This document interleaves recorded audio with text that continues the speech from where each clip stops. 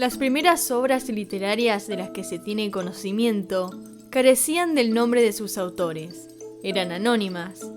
Sin embargo, hace 4300 años existió la persona que se supone que es la primera autora de la historia de la que se tiene registro.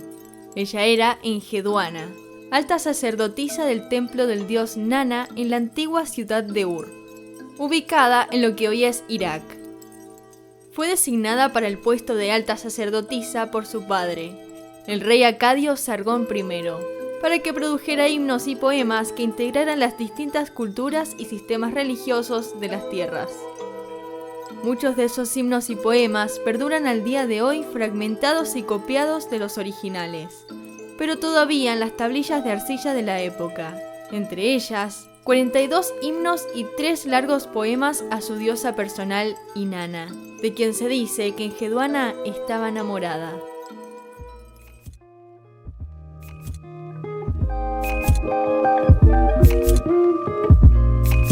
Mi nombre es Ana y esto es Crónicas del Cosmolibros, un podcast donde hablo del vasto universo literario, sus escritores y sus lectores.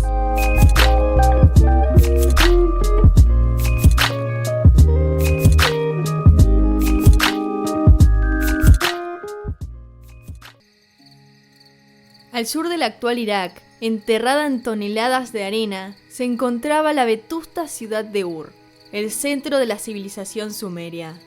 Esta metrópoli, custodiada por sus propios restos, fue desenterrada en 1922 por un grupo de arqueólogos de la Universidad de Pensilvania y el Museo Británico, y liderados por el arqueólogo Sir Arthur Woolley, excavaron durante 12 temporadas, marcadas por lluvias torrenciales y tormentas de arena. Durante la 4ª temporada, casi por casualidad, dieron con un disco de alabastro roto cercano a un templo. En el mismo se hallaba la siguiente inscripción: Enheduanna, verdadera dama de Nanna, esposa de Nanna, hija de Sargón, rey de todos. Y junto a la inscripción figuraba el retrato de la sacerdotisa oficiando un rito acompañada por funcionarios. Acababan de encontrar pruebas de la existencia de Enheduanna, alta sacerdotisa del Templo de la Luna, princesa, científica y, varios años más tarde, cuando encontraron su nombre en la traducción de unos antiguos poemas, la primera autora de la historia de la que se tiene registro, y cuya existencia data aproximadamente del 2250 a.C. Para poder hablar de esta multifacética mujer, hay que zambullirse de lleno en su contexto, en sus tierras, sus tiempos y su familia.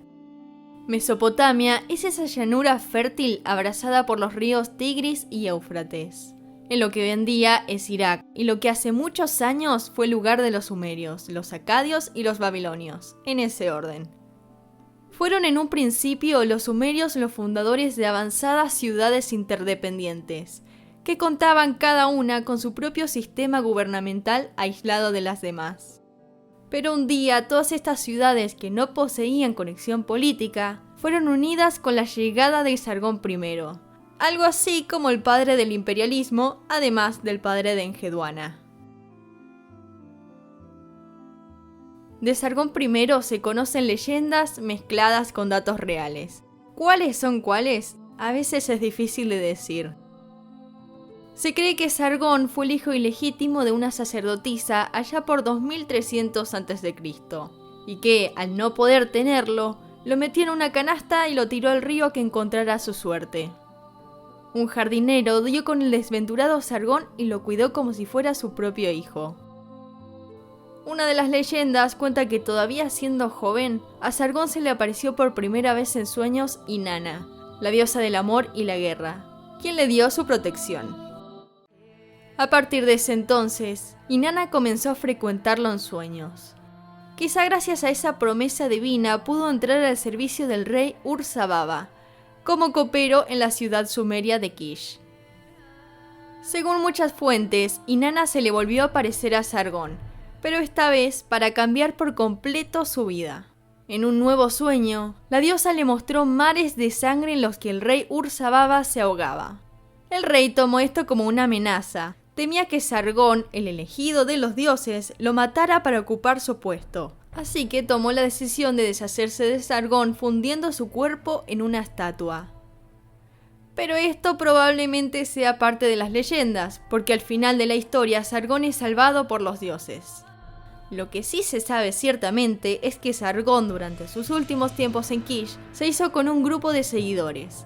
Parecía ser que Sargón tenía sus propias ambiciones políticas que amenazaban de cierta forma al trono de Ur-Zababa, quien probablemente optó por echarlo de Kish. Sin embargo, esto no le sirvió de nada, porque con su nuevo ejército de seguidores, Sargón derrocó a Ur-Zababa y se hizo con el trono. Pero sus aspiraciones no se acabaron ahí, porque siguió tomando ciudades aledañas. Sargón, a partir de la arena de sus nuevas tierras, fundó la ciudad que daría nombre a su pueblo, a su lengua y al imperio que acababa de formar, Akkad. No obstante, la acción imperial no era simplemente unir políticamente las ciudades-estado.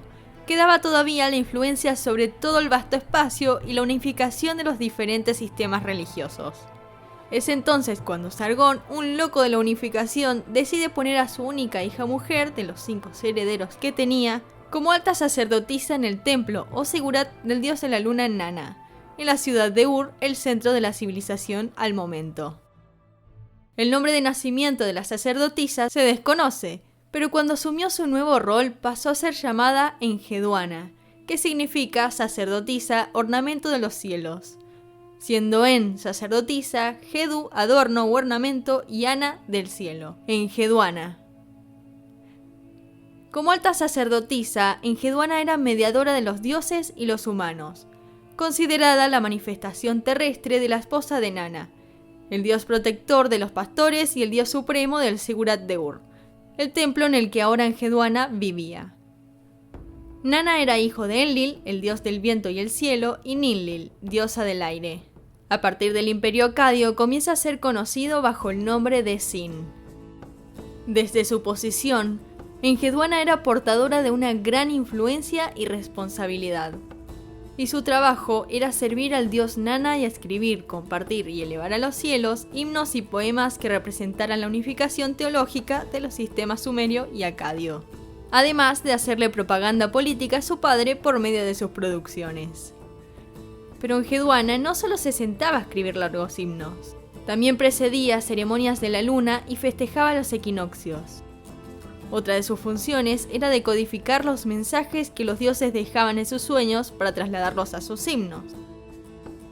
Se tienen registros de que Enheduanna tenía conocimientos astronómicos, además de conocimientos matemáticos que le servían para administrar su emprendimiento agrícola, y servía para tener una base financiera y proveer trabajo a miles de habitantes de Ur. Por mucho tiempo, Enheduanna fue muy respetada por la comunidad. Sin embargo, cuando su padre murió, aproximadamente entre 2270 y 2215 a.C., los habitantes del imperio se rebelan, pero sus tentativas son reprimidas por el sucesor, hijo de Sargón y hermano de Enheduanna, Rimush, quien por 9 años reina sobre el imperio hasta que es asesinado, quizá por su propio hermano y sucesor Manishtusu, quien continuó con las ambiciones imperialistas de su padre, saliendo victorioso en numerosas batallas para luego ser asesinado por miembros de su propia corte. Tras este asesinato, los tiempos vuelven a cambiar, y ante esta situación, Enheduanna debe exiliarse por ser promotora de la dinastía de su padre. Sin embargo, luego de que el hijo de Manishtusu, Naram-Sin, toma el poder y Enheduanna puede volver a su puesto como alta sacerdotisa en el Sigurat de Ur. Bajo el mandato de Naram-Sin, el imperio acadio alcanzó su apogeo. Tales fueron los nuevos dominios que alcanzó Naram-Sin, que se le subieron los humos a la cabeza y se autoproclamó como un dios. Estas afirmaciones molestan a los religiosos, Enheduanna entre ellos, quien levantó himnos al cielo para quejarse de su sobrino. Todas estas tramoyas políticas, entre otros sucesos como desastres naturales, tuvieron protagonismo en los trabajos literarios de Enheduanna. Poco se conoce de su muerte, pero sí se sabe que durante sus 40 años de sacerdocio escribió más de 42 himnos que combinaban las mitologías sumeria y acadia. Pero sus más grandes contribuciones a la literatura sumeria y a la literatura en sí fueron sus largos poemas a su diosa personal Inanna, de quien se teoriza que estaba enamorada. La literatura sumeria es diferente a la que hoy conocemos. Su principal objetivo no era entretener, sino que apuntaba más que nada a la reflexión y a la comunicación con los dioses. Varios de los himnos, mitos, epopeyas, poemas o fábulas quedaron registrados en tabletas cuneiformes, la forma de escritura más antigua conocida. Gracias a estas tabletas es que podemos entender los inicios de la civilización, el lenguaje y la literatura. Lo curioso es que la autoría sobre el contenido de las tabletas no era algo habitual, y acá es donde Enheduanna es pionera, en el registro de su nombre sobre sus propios trabajos, entre ellos sus poemas a Inanna en sumerio o Ishtar en acadio, la diosa del amor y la guerra, una versión temprana de Afrodita y Atenea. Era hija de Nanna, el dios para el que Enheduanna servía, y Ningal. Era nieta de Enlil y Ninlil y bisnieta de los dioses originales, An, el cielo, y Ki, la tierra, quienes se unieron en una montaña cósmica que surgió del mar para crear el todo. Inanna entonces ya tiene todo un bagaje hereditario, además de que a lo largo de toda su mitología va ganando innumerables poderes que le son legados por otros dioses. Las celebraciones en honor a la diosa eran por lo general vivaces, llenas de cantos y bailes. Eran ocasiones para mofarse del orden social. Habían orgías, castraciones, hombres con peinados extravagantes, mujeres con espadas y lanzas, los devotos adoptaban vestiduras andróginas, etc. Inanna era el elemento del caos, un recordatorio de que las culturas, las tradiciones, el género y el orden no eran otra cosa que un constructo humano, pero que en el fondo todo era posible.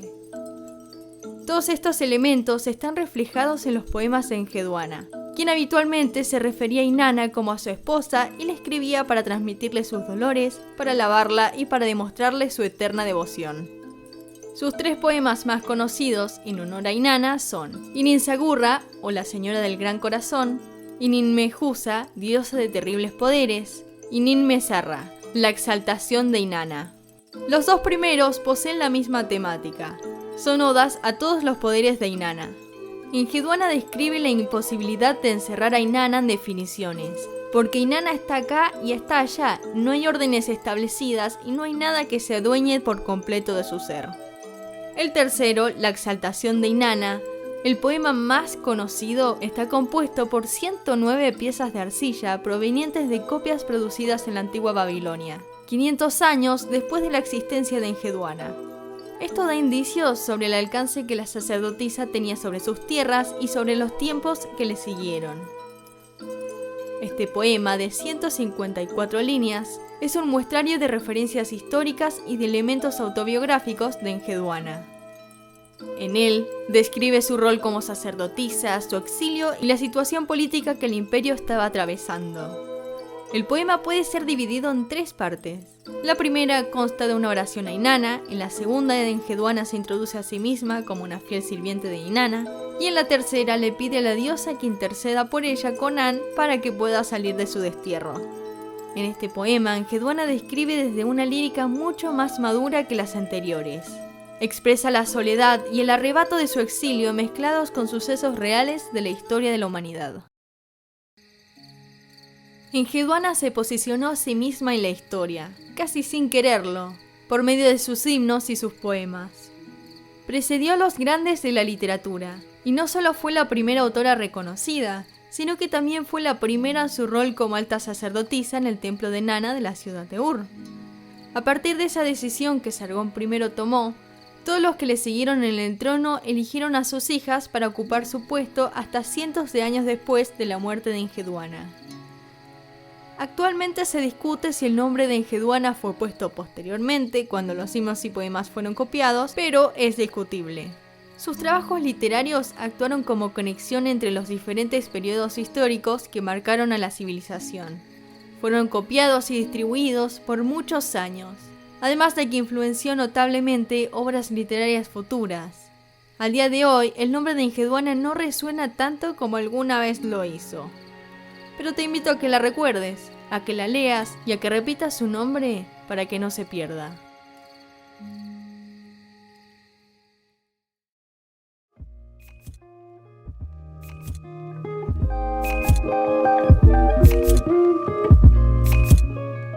Mi nombre es Ana y esto fue Crónicas del Cosmolibros. No te olvides de seguirme en todas mis redes y te espero para la próxima.